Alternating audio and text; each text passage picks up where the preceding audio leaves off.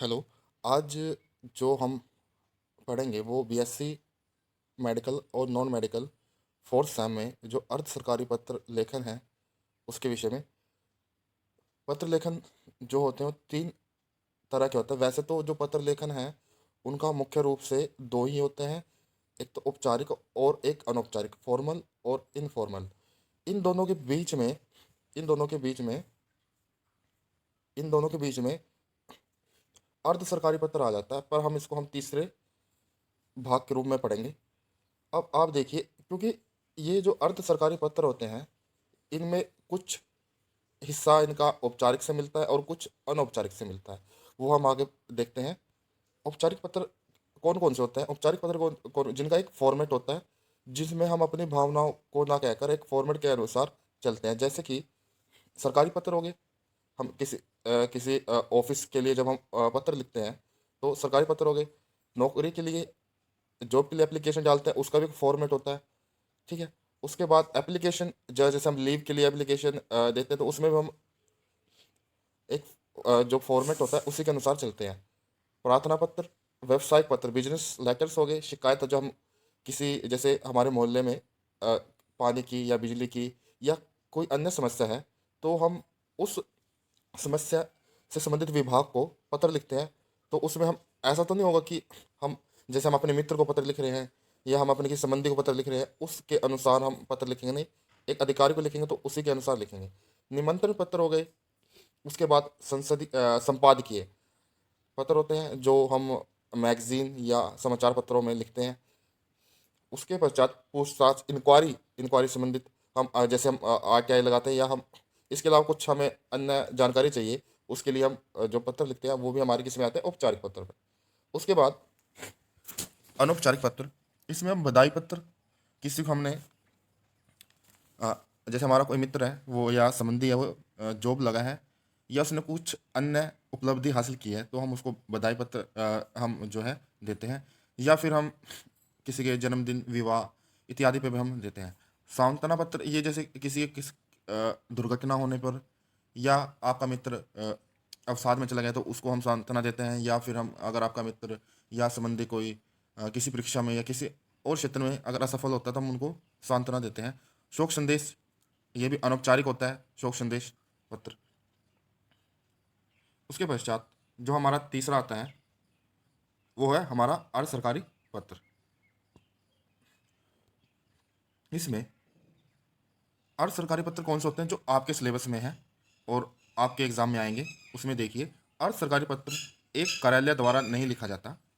जो अर्ध सरकारी पत्र होते हैं वो एक कार्यालय, मतलब ऑफिस द्वारा नहीं लिखा जाता। एक, जैसे हम किसी ऑफिस में है तो एक ऑफिस में जब लेटर लिखा जाता है, एप्लीकेशन लिखी जाती है या अन्य कोई पत्र लिखा जाता है, तो वो सभी के लिए लिखा जाता है जब लिखा जाता है। पर अर्ध सरकारी पत्र की क्या विशेषता है? ये जो है ऑफिस के द्वारा नहीं लिखा जाता, बल्कि एक अधिकारी द्वारा दूसरे अधिकारी को व्यक्तिगत रूप में लिखा जाता है।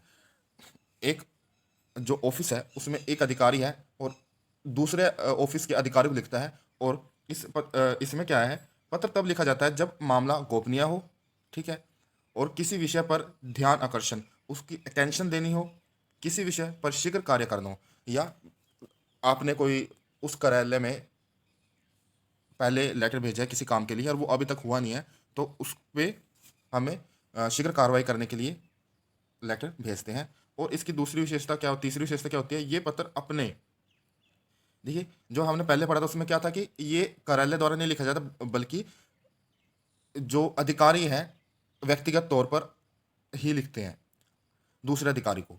तो इसमें भी यही है कि ये पत्र जो है अपने समान स्तर के, ठीक है, अपने समान, जो उनका लेवल सेम होगा, उनकी जो पोजीशन है वो सेम होगी, तभी लिखा जाता है ये। तभी तो व्यक्तिगत रूप से लिखा जा रहा है ना। तो ये चीज़ यहाँ, ये क्या है, समान स्तर पर। जैसे अ, अपने उच्च अधिकारी को वो नहीं लिख सकता इस पत्र को, क्योंकि हम आगे देखेंगे कि भी क्यों नहीं लिख सकता, समान अधिकारी को क्यों लिखता है। देखिए, ये पत्र किसी अधिकारी विशेष के नाम भेजे जाते हैं और वो अधिकारी क्या होता है, दोनों एक ही पद पे, एक ही समान उनका क्या होता है, लेवल रहता है। और अतः ये कार्यालय का जो लिपिक होता है, जो क्लर्क होता है या अधीक्षक होता है या अन्य कर्मचारी इस पत्र को खोल नहीं सकता। उसके बाद इस पत्र में अभिवादन के लिए प्रिय श्री, देखो यहाँ आएगा, हमारा जो था ना कि ये समान अधिकारी को ही लिखे जाते हैं, उच्च अधिकारी को, अब हम हमसे ऊपर मान लो एक स्कूल में टीचर है, अब वो दूसरे स्कूल के सरकारी टीचरों या को पत्र लिखना चाहता है तो वो लिखेगा। पर एक स्कूल का जो अर्ध सरकारी में वो प्रिंसिपल जो अधिकारी है उसको नहीं लिख सकता अर्ध सरकारी पत्र में, फिर वो सरकारी पत्र में आ जाता है। अब देखिए जो इसमें प्रियश्री, अब देखिए एक टीचर है वो प्रिंसिपल को प्रियश्री तो नहीं लिखा क्योंकि उसका स्तर ऊपर है प्रिंसिपल का, और जो टीचर है वो उससे नीचे है। अब अगर हम अपने विश्वविद्यालय की बात करें, कोई एक जो टीचर है वो वीसी को प्रियश्री या प्रियवर या सुश्री जैसे शब्दों का प्रयोग नहीं कर सकता। हाँ, एक डिपार्टमेंट का जो लेक्चरर है दूसरे डिपार्टमेंट के लेक्चरर को प्रियश्री या प्रिय, क्योंकि वो समान स्तर पर है। तो इस तरह इसमें ये विशेषता रहती है। इन पत्रों का विषय सरकारी होता है किंतु इनकी भाषा शैली अनौपचारिक पत्रों जैसी होती है। अब देखिए इन जो ये पत्र हैं इनका विषय तो क्या होता है, सरकारी होता है। हाँ सरकारी तो हमारा क्या कह सकते हैं, फॉर्मल रहता है, औपचारिक रहता है। पर इनकी जो लिखने की जो शैली है, पत्र को लिखने की जो शैली है वो अनौपचारिक पत्रों जैसी होती है। जो अनौपचारिक पत्र होते हैं हमारे, उनका इनमें जो कहता है पुट रहता है। उनकी जो है शैली, भाषा शैली का प्रयोग करता है। क्यों क्यों किया जाता है ये आप देखिए, क्योंकि ये समान स्तर के अधिकारी को होते हैं और वो मित्रवत व्यवहार कर सकते हैं। अब एक जो अपर जो उच्च अधिकारी होता है उसके साथ हम मित्रवत व्यवहार नहीं कर सकते क्योंकि वो असभ्य लगता है। तो इसमें क्या होता है, अनौपचारिक जो इनफॉर्मल लेटर थे जैसे बधाई वाले या सांत्वना शोक वाले, इस तरह के उनकी भाषा तो इसमें अर्ध सरकारी, तभी इनको अर्ध सरकारी कहते हैं ना, क्योंकि इसमें भाषा शैली का हम एक मित्रवत शैली का प्रयोग करते हैं। पर जो हम विषय भेजते हैं काम करने के लिए वो क्या होता है, सरकारी रहता है। उसके बाद पत्र के अंत में अधोलेख के रूप में भवदीय जैसे शब्दों का प्रयोग नहीं किया जाता। फॉर्मल में क्या किया जाता है, भवदीय, किंतु इसके स्थान पर देखिए सद्भावी या आपका, शुभेच्छा जैसे शब्दों का प्रयोग करते हैं। अब इसका प्रारूप देख लेते हैं, इसका फॉर्मेट क्या होता है। सबसे पहले हम पत्र क्रमांक, मतलब पत्र की जो संख्या होगी, जो लेटर होता है, कि जो ऑफिस में जो लेटर जाते हैं उसमें क्या रहता है, लाइक संख्या रहती है भाई, इसका ये नंबर है। उसके बाद प्रेक्षी, मतलब कि इसमें यहाँ पे ये आएगा जिसने पत्र भेजा है, जो लिखने वाला है उस वो अपना नाम लिखेगा। फिर यहाँ पे प्रिया श्री, मेरे प्रिय या प्रिया महोदय, इनमें से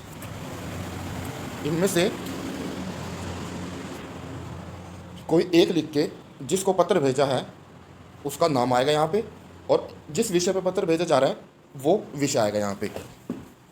और फिर उसके बाद यहाँ पे जो हमारा मैसेज है, जो संदेश है वो आएगा।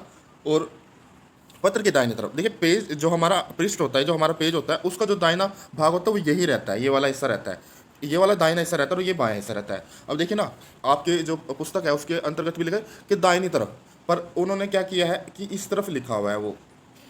अब आप देखिए, जब हिंदी हिंदी भाषा को हम बाएं से दाएं लिखते हैं ना, और उर्दू क्या है, दाएं से ऐसे लिखी जाती है, उल्टी तरफ से, तो यहाँ आ सकता है, यहाँ आएगा। और अगर आपको उसमें दिक्कत होती है तो यहाँ भी लिख, क्योंकि आजकल जो है ना नवीन जो फॉर्मेट है वो इस तरफ ही लिखते हैं, तो आप इच्छा की कहीं भी लिख सकते हैं, तो ये भी ठीक है और ये भी ठीक है। उसके बाद इसमें क्या है, आपका सद्भावी और जिसने पत्र लिखा है अपना नाम लिख देगा यहाँ पे, और पदनाम जो उसका वहाँ पे जैसे सचिव है या कोई अन्य जो उसका पदनाम है वो यहाँ पे आ जाएगा। और उसके बाद क्या आएगा, जिसको हमने पत्र पे भेजा उसका नाम आएगा और उसका कार्यालय का नाम आएगा। अब देखिए एक हम इसका फॉर्मेट देख लेते हैं इसमें, जैसे कि ये पत्र है, उस उप सचिव मानव संसाधन विकास मंत्रालय भारत सरकार की ओर से उप सचिव वाणिज्य मंत्रालय को एक फाइल के विषय में अर्ध सरकारी पत्र भेजना है। इसमें क्या है, एक उप सचिव है मानव संसाधन मंत्रालय का, और भारत सरकार की ओर से उप सचिव जो वाणिज्य जो बिजनेस मंत्रालय है, मिनिस्ट्री है, उसको हमने एक अर्ध सरकारी पत्र भेजना है। अब देखिए यहाँ पे देखो फाइल संख्या आ गई।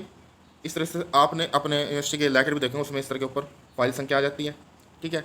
यहाँ पे हमारा क्या आएगा, इस तरफ आ जाएगी हमारी डेट आ जाएगी भी किस डेट को भेजा जा रहा है।